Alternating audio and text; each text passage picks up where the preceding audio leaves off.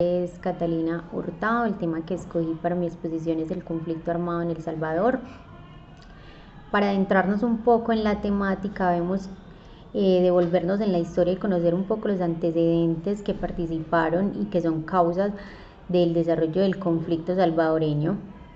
Para ello nos vamos a 1931, cuando el general Maximiliano Hernández Martínez toma la presidencia y desde allí marca un lineamiento militar que rige hasta 1979. En 1932 surge un movimiento a raíz de cómo se ejerce este poder militar, de los abusos, de las desigualdades sociales, y este grupo es conformado por civiles, campesinos e indígenas, movimiento que fue brutalmente reprimido y que causó cerca de 3.000 muertes. Entonces allí donde damos como el inicio al conflicto en la historia. También entonces creo que debemos hacer un reconocimiento de los grupos armados más representativos y que hacen parte fundamental del desarrollo de la historia salvadoreña. Entonces encontramos el Partido Comunista Salvadoreño, que fue fundado en 1930, encontramos el ejército, las fuerzas populares de Farabundo Martí, también el Ejército Revolucionario del Pueblo y algunos grupos de estudiantes universitarios que más tarde se le unen a la lucha. Años posteriores se crea el UNO, que es la Unión Nacional Opositora, que son varios de estos grupos unidos y que avalan las elecciones fraudulentas que le llevan al poder al coronel Molina, y debido a esto, en consecuencia a no estar de acuerdo con este fraude electoral, se da el primer golpe de Estado en El Salvador, que fue un golpe de Estado fallido, pero que como consecuencia trae el engrosamiento de las filas de las guerrillas, que hacia 1970 finales logra tener más de 100.000 hombres armados. Hacia 1977, siguiendo con el poder de la dictadura militar, tenemos entonces en la presidencia del coronel Humberto Romero. Se dan fuertes represiones contra los dirigentes, los sindicatos y los gremios que criticaran la dictadura militar de ese momento. Este gobierno fue uno de los más condenados por los organismos internacionales. Hasta este momento o hacia esa época el gobierno no contaba con legitimidad ni nacional ni internacional. Entonces es allí donde creo se presenta uno de los momentos de la justicia transicional y nos dice que ellos crean decretos y un sistema de jurisdicción que permitía ser legal la represión. Crean la Ley de Garantías y Defensa del Orden Público, que lo que establecía era que cualquiera que estuviese en contra del gobierno cometería delito. También se reprime la libertad de prensa, no se pueden hacer reportajes militares. También se le quitan todos los privilegios y todo el poder a los sindicatos de los trabajadores del Estado, se anula completamente. Es allí entonces nace el FMLN, que es una unión de todos estos grupos político-militares de izquierda, y este grupo es el que comienza una guerra civil. Hacia 1980 fue cuando fue creado el FMLN. También podemos evidenciar entonces allí un poco lo que se hablaba sobre la Guerra Fría, y es que estos grupos de izquierda estaban patrocinados por Cuba y Nicaragua y tenían una influencia de armamento soviético, y también el gobierno, en contraste, el gobierno se encontraba avalado por el gobierno de los Estados Unidos, que también lo apoyaba con armamento. Eso allí entonces donde se crean batallones de infantería y donde se implanta el toque de queda y se recluta menores de edad para las fuerzas militares.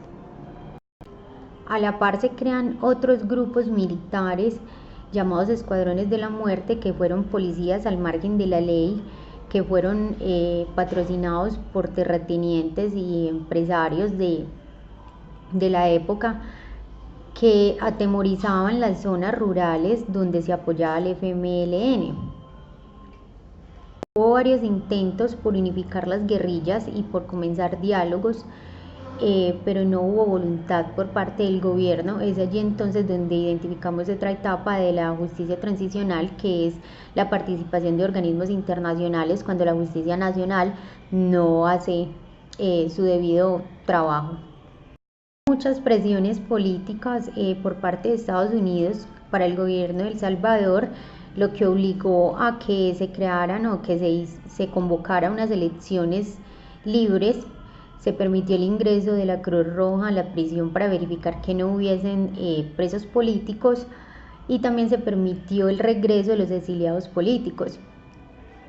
Con esto identificamos entonces la cuarta etapa de la justicia transicional.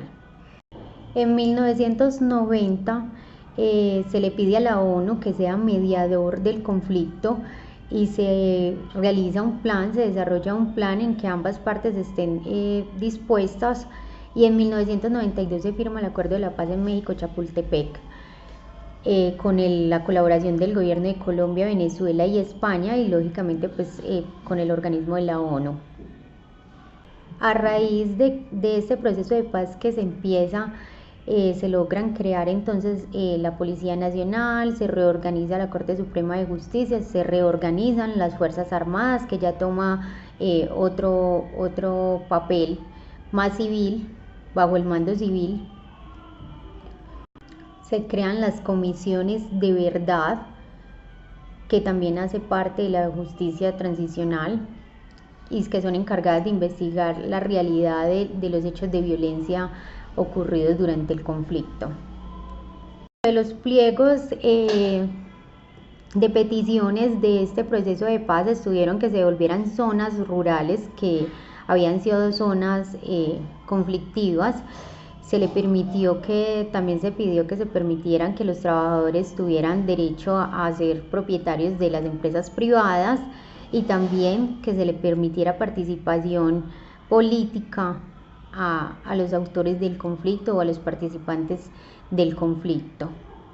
Vemos entonces como la justicia transicional busca que se dé un proceso, sea en un país que esté en guerra y pase a una paz social, o de un ordenamiento que estaba en una dictadura, un gobierno de dictadura, que pase a un gobierno democrático.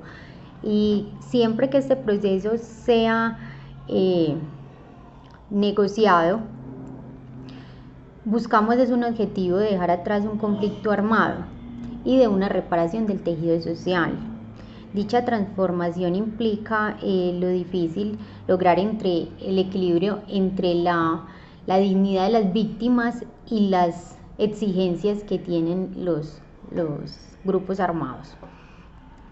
Este proceso entonces en El Salvador lleva 26 años, aún algunos puntos no se han concretado, no se ha hecho la reparación individual, es un tema que está pendiente. También vemos que la reparación colectiva, que también hace parte pues del proceso de justicia transicional, se han dado algunas esculturas conmemorativas a la paz, al proceso de paz y también a la reconciliación. Eso como hablando de reparación colectiva. Vemos entonces que en El Salvador se dio un proceso de perdón compensador. Me refiero a que donde se compensan a los autores con la amnistía que se dio con Alfredo Cristiani en este periodo para los autores del conflicto. Pero en perspectiva queda el sinsabor de la impunidad, el sinsabor del reconocimiento de las víctimas, donde se supone que debe haber una sanción, pues en El Salvador todavía no se ha presentado, y queda ese sinsabor de impunidad y de falta de reconocimiento total a las víctimas y de justicia, el sentimiento de falta de justicia en este proceso. Con esto doy finalizada mi exposición. Anexo la bibliografía. Muchas gracias.